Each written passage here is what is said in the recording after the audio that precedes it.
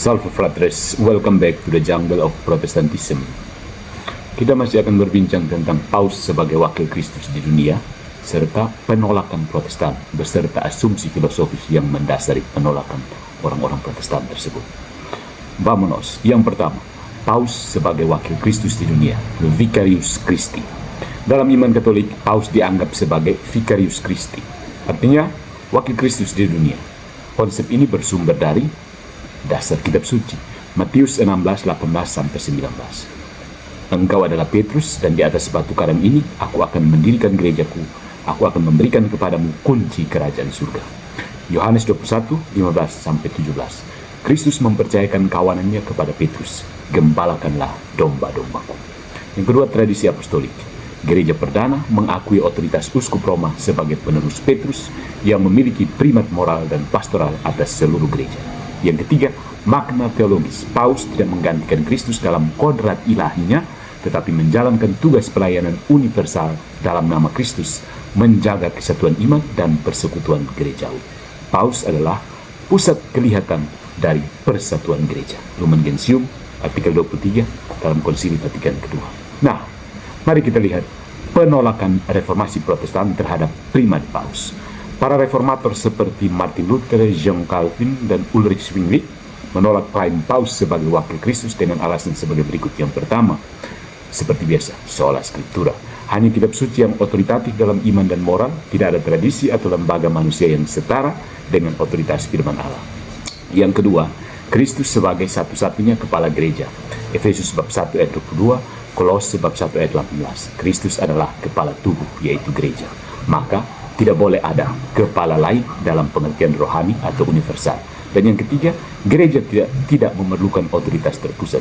Gereja sejati dilihat sebagai komunitas orang percaya yang dibimbing langsung oleh Roh Kudus melalui kitab suci, bukan oleh hierarki. Menurut Protestannya.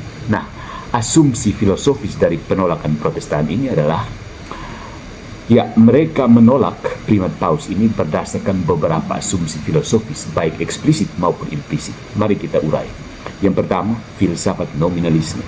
Banyak teolog reformasi termasuk Luther dipengaruhi oleh nominalisme, gagasan bahwa realitas universal seperti gereja tidak memiliki keberadaan nyata, hanya sebagai nama nominal.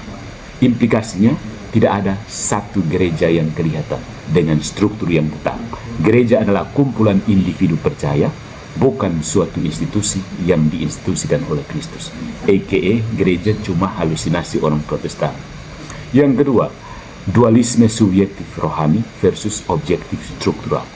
Nah, pemikiran reformasi cenderung menekankan dimensi rohani dan personal, iman batin, atas bentuk-bentuk eksternal, sakramen dan hierarki. Maka, kehadiran Kristus tidak dianggap harus dimediasi melalui lembaga atau jabatan seperti Paus, melainkan hadir langsung melalui iman dan kitab suci, a.k.a. halusinasi 02. Yang ketiga, individualisme modern awal. Reformasi muncul bersamaan dengan berkembangnya kesadaran individualisme dalam dunia barat. Otoritas personal lebih diutamakan daripada otoritas institusional. Maka, kebebasan membaca dan menafsirkan Alkitab dilihat sebagai jalan menuju kebenaran, bukan ketaatan pada interpretasi gereja, a.k.a. halusinasi 03. Yang keempat, ada rekonstruksi antropologi teologis.